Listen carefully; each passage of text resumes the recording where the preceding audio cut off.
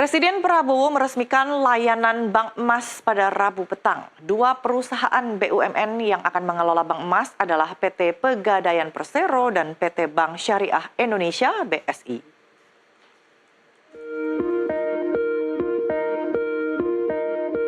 Indonesia resmi memiliki layanan Bank Emas pertama. Bank Emas ini langsung diresmikan oleh Presiden Prabowo Subianto di The Gate Tower, Jakarta Pusat, Rabu 26 Februari 2025. Menteri BUMN Erick Thohir mengatakan, layanan Bank Emas ini akan memudahkan masyarakat untuk melakukan investasi emas karena mempunyai kegiatan usaha yang beragam. Di masyarakat ini juga beredar kurang lebih 1.800 ton emas. Ada yang di bawah bantal, Bapak. Ada yang di toilet, di baliknya ada batu bata dimasukin ke dalam situ, itu realitas. Nah, kita ingin mengundang mereka untuk percaya, Bapak, kepada sebuah sistem keuangan yang formal. Nah, memang kita harus mulai meyakinkan, menggedor mereka, Pak, bahwa ini sistem keuangan yang aman buat mereka. 1.800 ini potensi yang luar biasa, Pak.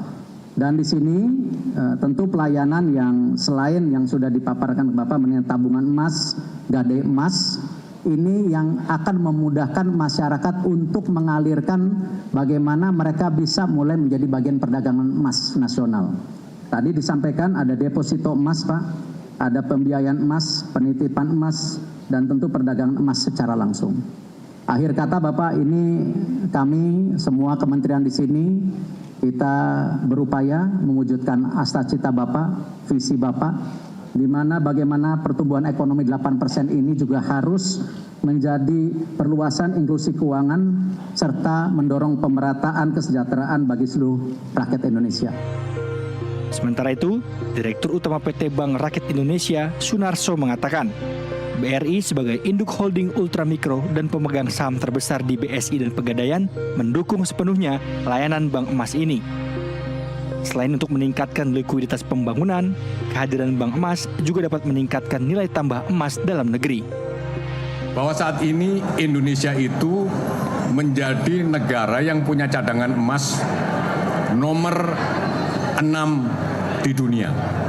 Jadi Indonesia memiliki cadangan emas nomor 6 terbesar di dunia. Lebih tepatnya kalau diangkakan kita itu masih memiliki cadangan emas sekitar 2.600 ton. Dan produksinya sekarang baru 110 ton atau produsen terbesar nomor 8 di dunia.